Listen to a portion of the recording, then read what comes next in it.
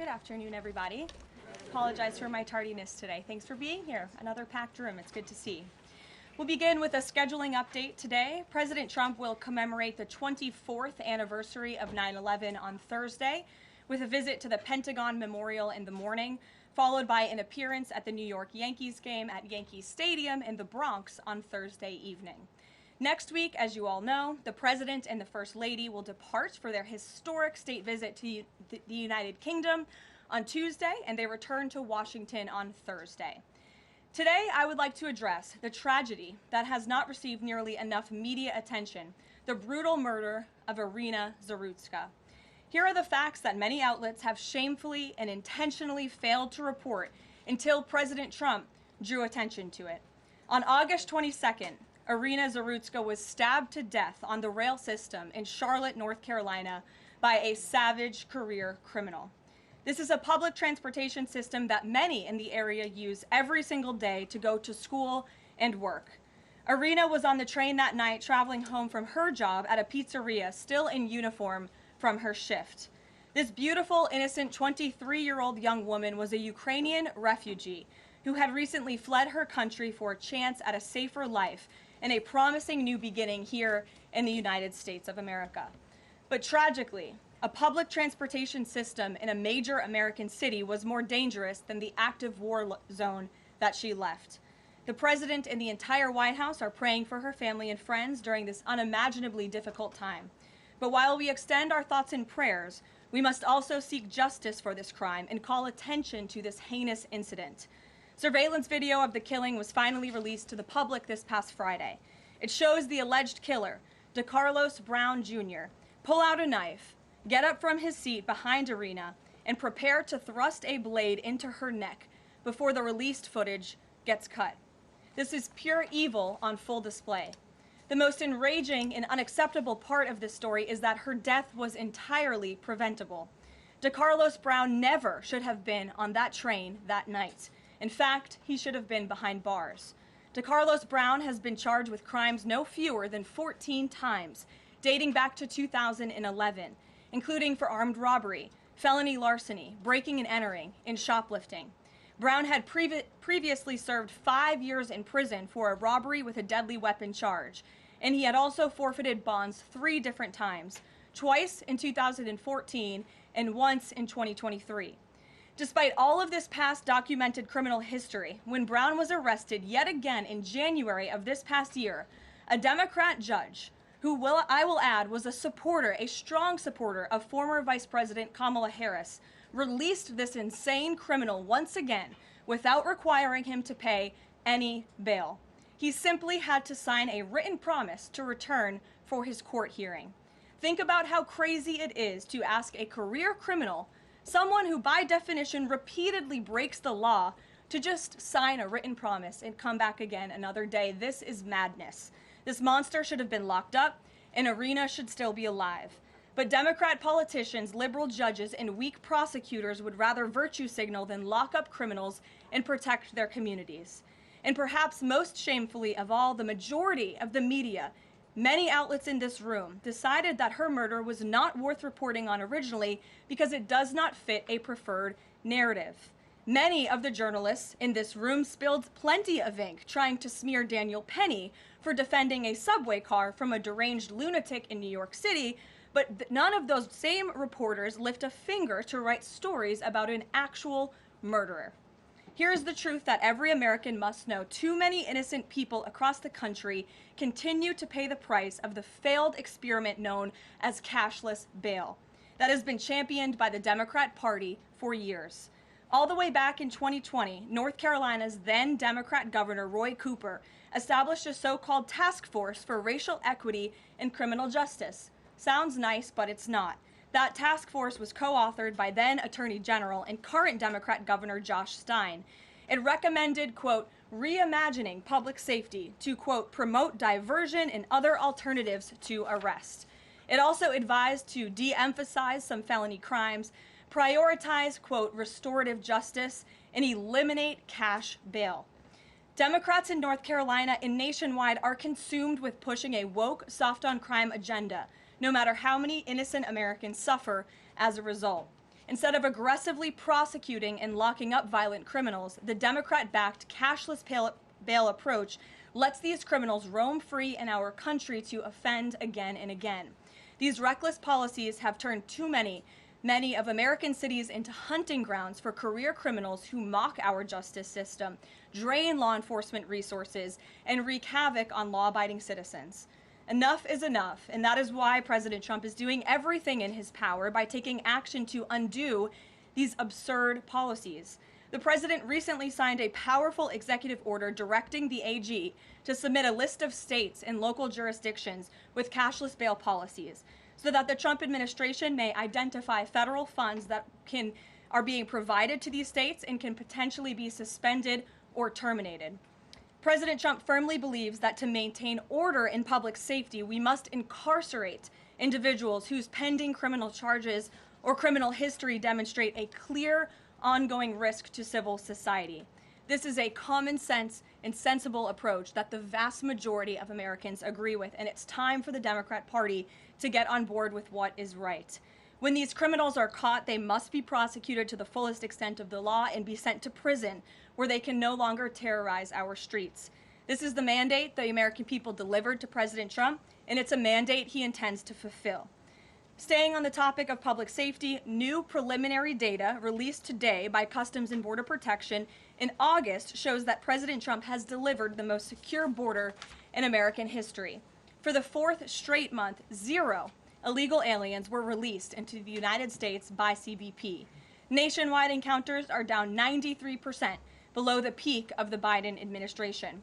Border Patrol apprehensions on the southwest border in the entire month of August were less than what was apprehended in 4 days in August 2024 under the Biden administration. President Trump has ended disastrous Biden illegal alien invasion, and he sealed our border in record time, keeping this central promise he made to the American public. With that, I will take your questions. Here in our new media seat today, we have Michael Schellenberger, who is the founder of Public News with nearly 2 million readers and subscribers. Michael, thank you for being here today. Thank you. And why don't you kick us off? Sure. Thank you for making space for new media. Nice to meet all of you. It's great to be here. I want to see if you could give some insight into whether the president is considering additional measures against Europe and Brazil, not just for censorship, but also for preventing political candidates from actually competing in elections. We've now seen in Romania, France, and now Germany with Joachim Paul, efforts to basically just prevent candidates from being able to compete in elections. The president has shown some concern around President Bolsonaro, who's being prevented from running. All of this is coming in the context of increased censorship of online platforms, of American platforms, and efforts to censor Americans. I'm personally being investigated under criminal investigation with my Brazilian colleagues for publishing the Twitter Files Brazil. We're very grateful that the president has imposed Magnitsky sanctions on the judge. Is the president considering additional actions, given that it appears that they're going to end up with a conviction against President Bolsonaro, preventing him from running? Is he considering doing anything about this crackdown in Europe? I mean, it's shocking to see Joachim Paul, this mayoral candidate in Germany, the criminal indictment against him cites him, quote, saying that he loves the Lord of the Rings as reason why he's an extremist and shouldn't be able to run. So I just wonder if you could speak to that. And again, I'm grateful to be here. Nice to meet you all. And I'm grateful for what the Trump administration has done to push for free speech abroad. Well, thanks for being here, Michael. We appreciate it. Freedom of speech is arguably the most important issue of our time. It is enshrined in our Constitution, and the president believes in it strongly. He himself faced censorship in his road back to this beautiful Oval Office here in Washington, D.C., so he takes this very seriously, as does, I know, the Vice President of the United States and the entire Trump administration, which is why we have taken significant action with regards to Brazil in the form of both sanctions and also leveraging the use of tariffs to ensure that countries around the world are not punishing their citizens in this way. And at the same time, the president is, while he's leveraging the United States to safeguard our interests abroad, he's also making sure that freedom of speech remains here in the United States of America. So I don't have any additional actions to preview for you today, but I can tell you this is a priority for the administration, and the president is unafraid to use the economic might, the military might of the United States of America to protect free speech around the world. Quick follow-up to that? Sure. Quick follow-up, which is just, there was a Reuters story saying that the Trump administration was looking at this Europe-U.S. trade deal as one of the sticking points, this issue of the censorship not just of U.S. platforms, of Americans. Do you have any updates on how those trade talks are going? And I also wonder if the president is concerned about NATO membership. NATO membership requires that you be a democracy and you have free speech. Is it possible that some of these actions that we've seen in Romania, France, and Germany would disqualify those countries from being in NATO after this? I have not heard the president discuss NATO membership in regards to this issue in particular, but I have heard him discuss the issue of free speech and the importance of free speech with foreign leaders around the world, including the Prime Minister of the United Kingdom. When we were in Scotland, the president brought this up and how important it is for the Prime Minister to protect free speech in the UK and in various conversations with other world leaders. So he brings it up, and I think the entire world knows that this is a priority for the President of the United States. Gabe. Thank you, Caroline. Regarding the Israeli strike in Doha, how much time or how much of a heads up did the U.S. get, and does the president support the strike? Sure. Well, I have a statement to read for all of you with respect to the Israeli strike in Doha, and here it is. This morning, the Trump administration was notified by the United States military that as Israel was attacking Hamas, which very unfortunately was located in a section of Doha, the capital of Qatar. Unilaterally bombing inside Qatar, a sovereign nation and close ally of the United States that is working very hard and bravely taking risks with us to broker peace, does not advance Israel or America's goals. However, eliminating Hamas, who have profited off the misery of those living in Gaza, is a worthy goal. President Trump immediately directed Special Envoy Witkoff to inform the Qataris of the impending attack, which he did. The president views Qatar as a strong ally and friend of the United States and feels very badly about the location of this attack. President Trump wants all of the hostages in Gaza and the bodies of the dead released, and this war to end now. President Trump also spoke to Prime Minister Netanyahu after the attack. The Prime Minister told President Trump that he wants to make peace, and quickly. President Trump believes this unfortunate incident could serve as an opportunity for peace. The president also spoke to the Emir and Prime Minister of Qatar and thanked them for their support and friendship to our country. He assured them that such a thing will not happen again on their soil. And to be clear, the president disagrees with the location of the strike, and that he passed that along to the Prime Minister Netanyahu. The president just confirmed that in the statement that I just read to you, which I spoke with him about before coming out here. Caroline, Jackie. Thank you, Caroline. So is the president upset with Netanyahu now? The president made his thoughts and concerns about this very clear, and he spoke again both to Prime Minister Netanyahu and also the Emir and the Prime Minister of Qatar after this attack. And the president has always made it very clear that he wants peace in the Middle East, just like he sought that and accomplished that in his first term. He expects all of our allies and friends in the region, that includes both Qatar and Israel, to seek peace as well. And he wants to see that happen, and he's working with all of our allies in the region to get that done. Are there any consequences, so to speak, for Netanyahu doing this, as it sounds, against the president's wishes, or at least his belief that it was appropriate? Is there going to be any directive from the president to Netanyahu in terms of what's allowed in the future? And also, is there any concern this could jeopardize the Abraham Accords? Look, that's a decision only the president can make. With respect to your first question, to answer your second question, as you heard from the president, he said he believes that this can serve as an opportunity for peace, and he's still actively and aggressively pursuing it with all of our allies and partners in the region. Jennifer. Just to follow up on that, Caroline, are you able to say how often the president spoke to the Prime Minister of Israel before this? Because that's one question. And then what did he mean on Sunday when he posted, "I've given my last warning to Hamas," etc.? He wasn't talking about this strike on Doha? No, he was not. As I told you, the Trump administration was notified by the United States military that Israel was attacking Hamas, and the president spoke to the Prime Minister after the attack, as well as, again, the Emir and the Prime Minister of Qatar. And I know Secretary Rubio and Special Envoy Witkoff were present for that call with the Qataris as well. Reagan. Thanks, Caroline. I have two questions for you on crime crackdown. Sure. Democrats have tried to argue that red states have higher crime rates while overlooking problems of high crime in blue cities. I'm wondering if the president would consider working with red state governors to fix high crime in blue cities like in Memphis, Tennessee. So first of all, I want to get to the premise of your question, Reagan, which is being pushed by Democrats, that there is crime in red states. Of course, there is crime in all states, but the crime in these cities is all in cities that are run by Democrats. If you look at the list of the top 20 high crime cities in the United States, every single one, with the exception of one in Louisiana, is run by a Democrat. And these Democrats have supported the same policies that I spoke about at the beginning of this briefing, like cashless bail. If you look at a red state, Mississippi, but a Democrat-run city in that state, Jackson, in 2019, Jackson, Mississippi, eliminated cash bail for virtually all misdemeanor cases. And while Jackson is not formally a sanctuary city, the state of Mississippi formally banned sanctuary cities, and this city has acted as a de facto sanctuary city for criminals and illegal aliens since 2017. Same thing, Birmingham, Alabama, a Democrat-run city in a red state. In 2017, the Birmingham City Council unanimously passed a resolution, quote, committing to establish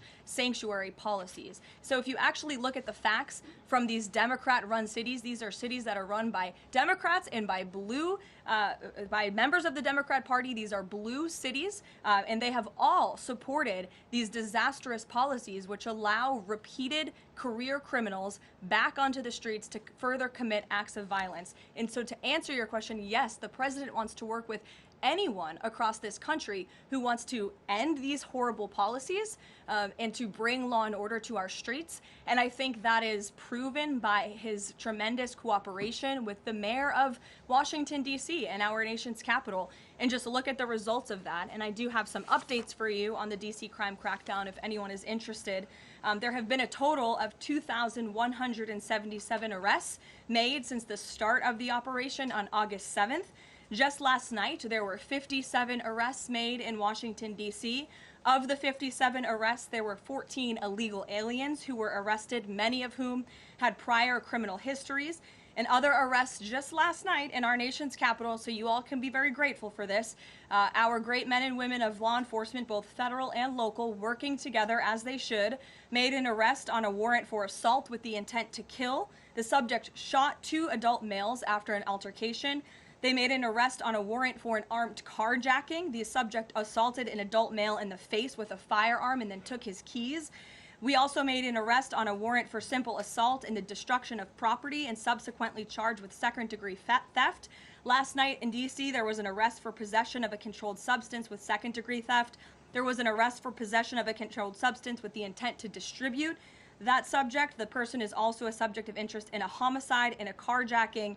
Last night in D.C., we also arrested a felon in possession of a firearm who was carrying that firearm without a license. So these are the career criminals. These are the bad guys that we are picking up in Washington, D.C. every day. The president would love to do this in every Democrat-run city across the country, and he hopes that more Democrats will call the White House to allow us to help them. One more that's D.C. specific. Congress is poised to not extend Trump's federalization of the D.C. police. Mayor Bowser signed an executive order formalizing cooperation with federal forces. You just mentioned all the success that the operation has had. Does the White House believe that the Mayor Bowser's action is enough to continue the crime crackdown? We are very grateful for the mayor's cooperation in this effort, and we look forward to continuing to work with her and the Metropolitan Police Department. Bloomberg. Thanks, Caroline. The president says, he was planning to speak with Putin soon. Can we expect a phone call between the two leaders this week? I don't have any phone calls to read out between you, the president, and any other foreign leaders. Ed. Yeah, thanks, Caroline. I want to ask about the benchmark revisions that came out. If you look at the revisions between March of 2024 and March of 2025, and you do a little math, it averages out to 73,000 jobs roughly per month added to the economy, less than what was thought. When can we expect the Trump administration, now their policies are rolling out, for that increase, that average to increase? Well, let me just say something about the revisions that came out this morning. And this was one of the biggest revisions in absolute terms in decades. And the benchmark year, March 2024 to 2025, shows that the job growth was vastly weaker during the Biden administration than ever previously reported. Between this revision and last year's, job growth was actually overstated by approximately 2 million jobs. And the Biden administration stood up here and vouched for that data and told you that data was real. And when President President Trump calls into question the veracity of that data, like he did before he took the oath of office and even now as President of the United States, he was ridiculed for that. And turns out this revision proves two things. Number one, the president was right, and this is why we need new leadership at the Fed. And this makes it very clear that President Trump inherited a much worse economy by the Biden administration than ever reported. And it also proves that the Federal Reserve is holding our monetary policy far too restrictive. Interest rates are too high. The Fed needs to cut the rates because of the mess that we inherited from the Biden administration. Time frame. The president has said a year. Secretary Besson said maybe the fourth quarter. When can we expect these numbers to increase? Well, first, we need accurate numbers. We need truthful and honest data, which is why the president took the monumental step to try and appoint and confirm new leadership at the BLS so we can have data that we can actually rely on. And that's what the president is doing, and we hope that his nominee will soon be confirmed. Charlie. You addressed the crime of Iryna Zarutska, and the president has done a lot to deliver justice for victims of crimes like that horrific stabbing. And the Epstein files are back in the news because a lot of Americans feel that that Jeffrey Epstein's victims never got justice. Does the president care about these victims? Do you think he can does he want to deliver more justice for them, and is he willing to meet with them? The president cares about victims of all crimes, and that's why Republicans in the Trump Department of Justice have done more in terms of transparency when it comes to the Epstein case than any prior administration. And why are the Democrats all of a sudden caring about this? It's because they are desperately trying to concoct a hoax to smear the President of the United States. We have seen this time and time again. Ro Khanna and all of these other Democrats, they could have cared about those victims 4 years ago when Joe Biden was in office. They could have pushed for transparency then. Unfortunately, the Democrats are using victims as political pawns to try to smear and to push a hoax against the President of the United States. And I will get you numbers on the amount of child predators that this administration and this FBI and this Department of Justice have locked up under President Trump's leadership. We have done more than any president to protect victims of crime, especially disgusting, heinous sexual crimes, and that includes the deportation of illegal aliens who are perpetrating these crimes against innocent victims in our country right now today, and that remains a top priority for this administration. Does the president, will he meet with the victims? On the Doha strikes, did the president speak with Netanyahu before they were carried out? Did he urge him to not go through with it, or did they only speak afterwards? Again, I read you a statement. The Trump administration was notified by the United States military that Israel was attacking Hamas. The president directed his special envoy Witkoff to immediately call the Qataris, and after the attack, he spoke to Prime Minister Netanyahu. Behind you. Thank you. Go ahead. About the Epstein case, would the White House support a professional handwriting expert review of the document released yesterday to prove that it's not the president's signature?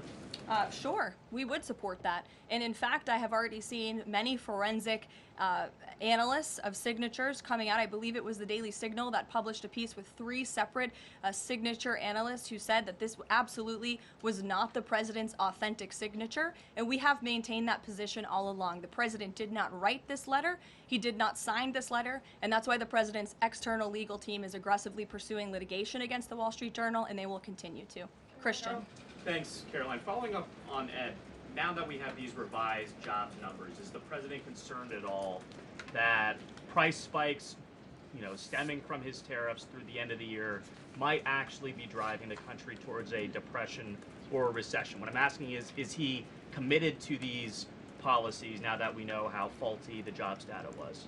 The president is committed to his policies because his policies are working, Christian. And there have been a lot of people fear-mongering about inflation in this room, but it just has not come to fruition. On a monthly basis, CPI inflation has now come in at or below the market's expectation for 6 consecutive months, every month that President Trump has been in office. Overall, inflation has run at a 1.9% average pace in the president's first 6 months in office. I would have told all of you that in January, you would not have believed me, but those are the facts and those are the numbers. And we also see many other positive signs in economic indicators like real GDP. In the second quarter, it was revised up to 3.3%. That beat the market's expectation. We know there's a capital spending boom right now, which we know is one of the greatest economic indicators of job growth. We know wages are increasing at a far faster pace than they were under the previous administration. We see productivity in the second quarter was also revised up to a strong 3.3%. And total industrial production, factory output also surged. All of this means the economy is moving, people are working, people are spending money. You look at consumer spending, that is also ticking up and in the right direction. And in a large part, it's because of the incredible work the president has done in terms of energy and unlocking our energy dominance in this country. Again, these jobs, the numbers from the BLS today prove that the economy was an absolute mess, and we are working every single day to fix it, and all of those indicators I just read for you are positive sign of what is to come. Just one more quickly on Sure, trade, Danny. I just wanted to get a bit of clarity on the sequence of events for the Doha attack and the notification. You said that the U.S. military notified, if I got it right, the Trump administration was notified by the U.S. military. That's right.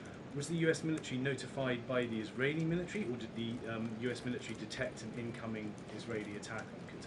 The U.S. military notified the White House and the President of the United States. That's all I have to share for you on that, Danny. Thank you. Jeff. Also following up, you said that the president assured the leaders in Qatar that this would never happen again.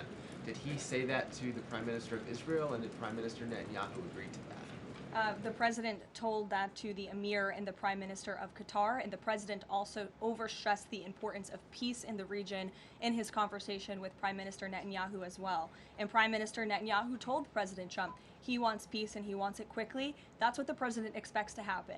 The president is very clear in the statement that he just had me read, and you will all see it out on True Social very shortly, I am sure. The whole world will see it. He wants all of the hostages released out of Gaza, and he wants this war to end. Those are two clear directives that the president is making very clear for the entire world to understand. Mary. But Qatar obviously has been helping to negotiate these ceasefire talks. Does the president think that Israel is undermining negotiations by striking Qatar? Is he concerned that Qatar's no longer going to want to play that intermediary role? I think the president addressed that in the statement. I can read the whole thing for you again. I think it's very thorough because the president wanted to address all of your questions.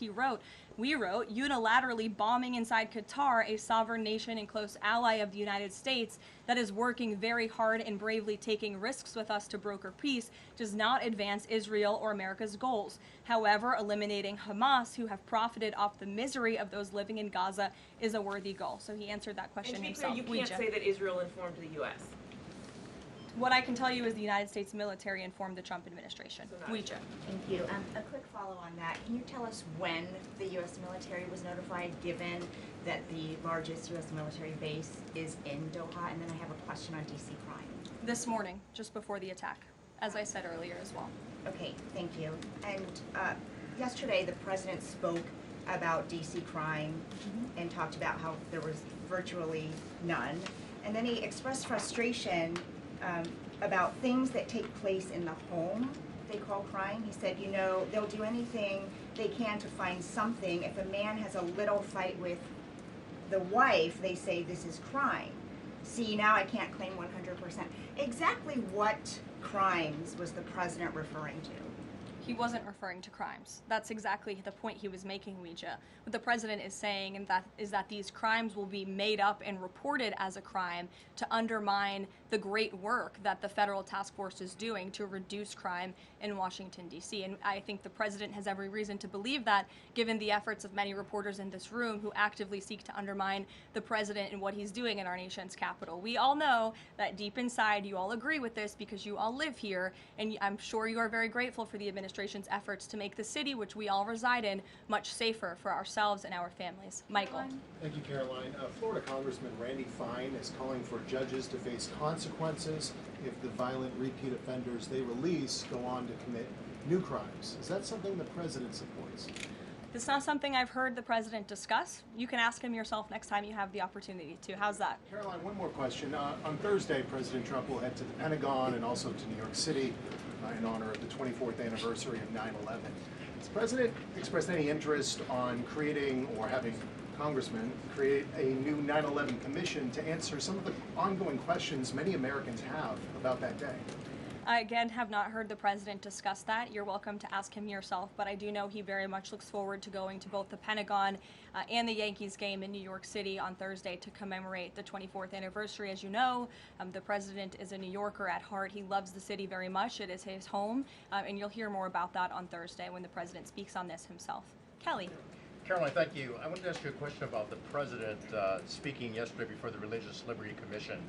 As you know, he's created the White House Faith Office, the Task Force on Anti-Christian Bias, and yesterday he talked about the importance of the Bible in America and the importance of prayer in America. Some people have criticized him for that in stating that he's espousing Christian nationalism. Yet the president has called on the American people to band together in praying for this nation for people of all faiths. How important is that to the Trump administration, and are there guidelines for implementing that? Well, last time I checked, it's not just Christians who pray, it's people of all faith who pray, and that's what the president wants to protect, the religious freedom for Americans of all faith. And he spoke about that yesterday, and that's why he was very proud and excited to announce this new initiative, Pray America, encouraging all Americans to pray for our country and the goodness of our country leading up to America's 250th birthday next year.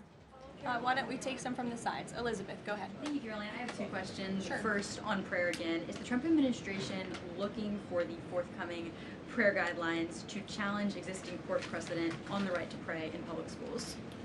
Well, the president spoke about that yesterday, and some of the changes we are making to ensure that the religious liberties of America's students and our youth are respected in public schools. In fact, he had a young student and invited him on stage to share his story about how when this young boy spoke about biological and biblical truth in his classroom, he faced consequences for that, and how Americans of faith should not be facing consequences for expressing their religious freedom and their religious views. Not in any public school in America should that be happening. You heard the president talk about that yesterday.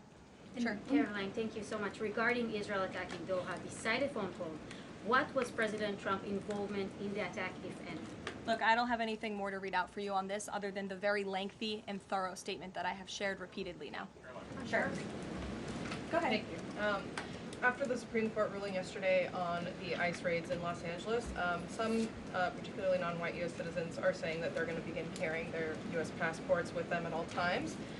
What is the White House's response to Americans who are concerned about being swept up, as others have been already, in these enforcement actions? They should not be concerned, because this administration is focused on the detention and deportation of illegal alien criminals who broke our nation's immigration laws. And the Supreme Court upheld the Trump administration's right to stop individuals in Los Angeles to briefly question them regarding their legal status, because the law allows this, and this has been the practice of the federal government for decades. And the Immigration and Nationality Act states that immigration officers can briefly stop an individual to question them about their immigration status if the officer has reasonable suspicion that the individual is illegally present in the United States. And reasonable suspicion is not just based on race, it's based on a totality of the circumstances to review. And I will tell you, I spoke to our border czar about this morning.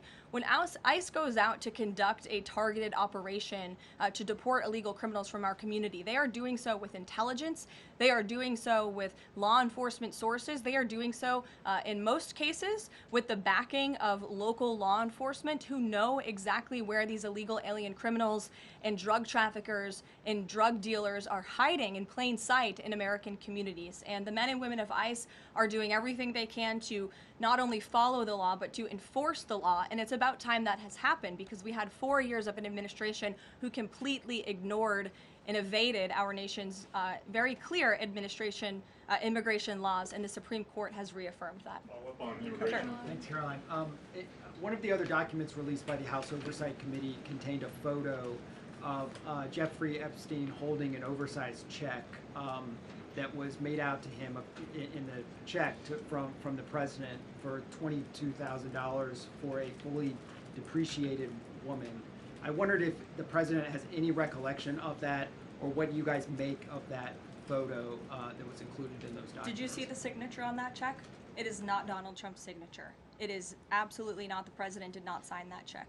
But does he recognize the Jordan, woman? go Caroline, ahead.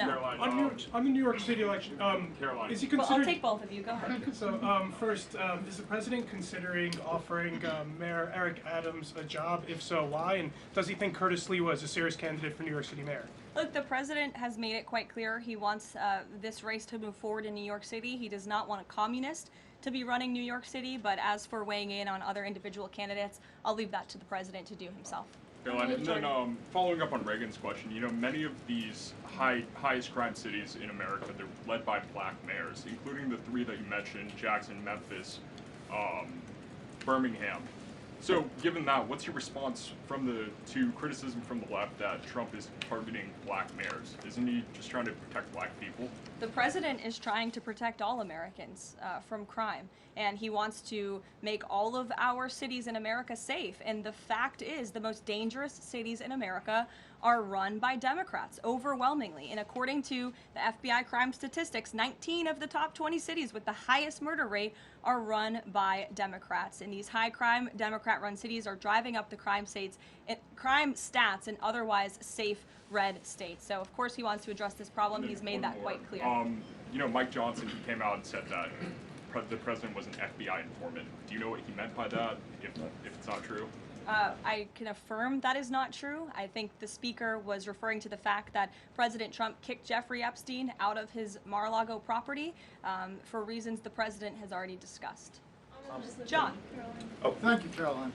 First of all, as a Washington, D.C. resident with my family, I just want to thank the administration for revitalizing safety here in the last 3 weeks. It's been stunning. Well, I want to go to Virginia. All of a sudden, out of the blue, Winsome Sears has closed the gap on Abigail Spanberger. Got 4 issues. Coerced abortions in Fairfax County without telling mom or dad, no parents. Girls going in boys' bathrooms on film, right? 2 of the young fellows get suspended for complaining about it. Virginia Beach man, an innocent man, is now died in a car crash by a drunk illegal going on the other side of the road, and now you got Spanberger's got these racist signs. When are we going to get the president to make an official endorsement of Winsome Sears and maybe come and campaign in West Virginia? Well, as you know, I'm very limited in what I can talk about when it comes to political endorsements in future elections from this government podium. But all of the issues that you just mentioned I know are very important to the president, and it's quite common sense. It's the foundation of the Republican Party, and it's what sent this president back to the Oval Office. We want to keep men out of women's sports and bathrooms. We want criminals to be locked up. The president wants to see law and order in every state across the country, but as for political endorsements, I'll leave that to him and his political advisors to make those. Sure. Haley. Thanks, Caroline. I have 2 questions for you, if it's okay. One on Doha and one on immigration and crime. Sure. On Doha, ahead of the strike we saw today, did the administration at any point try to dissuade the Israelis from the potential for an action like we saw today? Again, I have answered questions repeatedly on this. I have a very lengthy statement which we will release after this briefing for all of you to read and to report on once again. Okay, and then on a case in Maryland, the killing of Dakara Thompson, there are reports that the suspect arrested for her murder was in the country illegally and arrested and released for driving under the influence both in 2022 and in April of this year by U.S. Park Police. Is the administration looking into what process allowed this to take place? Yes, we absolutely are. As soon as we saw this case, we ensured that the Department of Homeland Security and the Department of Justice were on it, and I can assure you that they are. This is another heinous act of violence against someone who should have never been in our country illegally in the first place, and that's exactly why the deportation of illegal criminals from our country is a top priority for this administration, and it's something that is happening every single day, and I would encourage all of you to continue to report on the very violent illegal alien criminals that we are deporting daily from American communities across the country. We will never understand how many lives have been saved by these efforts, or how many lives would have been lost if not for this president and the administration's policy to deport illegal criminal aliens. Emily. Harris? Thanks, Caroline. Follow up on Charlie's question. Will the president meet with the Jeffrey Epstein victims? I don't have any meetings for you to read out on that. Go ahead. Thanks, Caroline. Is the Trump administration considering a ban on transgender Americans owning guns? Is that something the president would support, even as we've seen some gun groups oppose the idea of it? I saw reporting on this. I understand there were very preliminary, low-level discussions about this at the Department of Justice, and then sometimes those discussions are reported as fact. I'm not tracking any potential actions on this front, and I'll let the president weigh in on that. It's a policy decision, and it's far too early or would be premature, inappropriate for me to weigh in on it at this point in time. Behind you. Go ahead. After the immigration raid at the plant in Georgia on Friday, the president said over the weekend that he's open to some kind of changes in perhaps rules or visa rules or law that would prevent something like that happening in the future for skilled workers to train American workers. That's right. Can you confirm that and that the administration supports those changes, and what exactly would that look like? Well, the president said it himself in a statement that he put out on Sunday night, where he is very grateful for foreign companies from around the world and the investments that they are making right here in the United States of America. And he understands that these companies want to bring their highly skilled and trained workers with them, especially when they're creating very niche products like chips, or in this case in Georgia, like batteries. But the president also expects these foreign companies to hire American workers, and for these foreign workers and American workers to work together to train and to teach one another. And so he expects these foreign companies to hire American labor. We want Americans to have these jobs. Americans need these jobs, but he also understands the need for these companies to bring over their workers who already have these skills. So I think it's a very what those changes might be? I think it's a very nuanced and responsible and sensible approach for the president to take, and I know that the Department of Homeland Security and the Department of Commerce are working on this matter together. I would defer you to them for any further action on this front. Caroline, thank you. I want to follow up on something you said. You said the Epstein documents are a hoax that Democrats are perpetrating against the president. You've said he didn't sign that check, that he didn't sign the birthday card that he allegedly signed. So what is the theory, since these documents came from the Epstein estate? Who is I guess in your view, faking these documents? I did not say the documents are a hoax. I said the entire narrative surrounding Jeffrey Epstein right now that is absorbing many of the liberal cable channels on television is a hoax that is being perpetuated by opportunistic Democrats like Ro Khanna and the others whom you saw on that press conference outside of Capitol Hill, who are trying to push this hoax against the President of the United States. What exactly is the hoax? I'm just trying to understand what's fake. What's fake is not the The documents. hoax then? is the Democrats pretending to care about victims of crime when they do not care about victims of crime, when they have done nothing to solve crimes, when they have done nothing to lock up child pedophiles and child rapists across the country, and when they are now using victims as political props to try and, again, smear the President of the United States and drag on this bad story about him. It is a distraction. The Democrats view this story as nothing more than an attempt to distract from the accomplishments and the achievements of this administration. And that is what we mean when we call it a hoax. If he didn't sign these, if you said he didn't sign the birthday card, he didn't do this, he also didn't do the check, those were in documents from the estate. So what is the working theory as to why he's in them? The president has one of the most famous signatures in the world, and he has for many, many years. You know that, Maggie, you've covered him for a long time, long before he assumed this office when he was a businessman in New York. The president did not write that letter. He did not sign those documents. He maintains that position, and that position will be argued in court by his lawyers. The president is very confident he is going to win this case. Deanna. Thank you. Is the president planning to meet with Eric Adams in New York, maybe at the Yankees game? And has he personally talked to him about the race? I am not tracking any meeting with Mayor Adams at this time, but if that happens, I'm sure the New York Post will be one of the first people to know about it. I'll take a couple more questions. Why don't we go to the back? Tom Dempsey with News Nation. Regarding the growing U.S. military News presence... Nation, all the way in the back. Regarding the U.S. military, the growing U.S. military presence in the Caribbean, when asked directly about possible future military action, President Trump responded, "You're going to find out." What could the U.S. public expect of that situation moving forward, and what sort of ongoing threat does Trendejo Agro? I think it would be very unwise of me to preview what the president meant from this podium.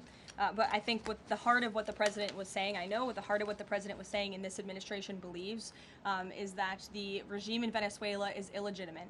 And it is unacceptable to this president and this administration to traffic illegal, deadly drugs into the United States of America. And that's why the president and the administration took very strong action against a boat and 11 narco-terrorists in international waters, as you all saw. I think that sends a very strong message to drug traffickers around the world. The president will not tolerate it, and the amount of drugs on that boat represents the lives of thousands of Americans that could have been killed by that deadly poison, and we're not going to allow that deadly poison to come into our country. The president will be signing a proclamation in the Oval Office later this afternoon, and we will see you all later. Thank you. Thank you. Thank you.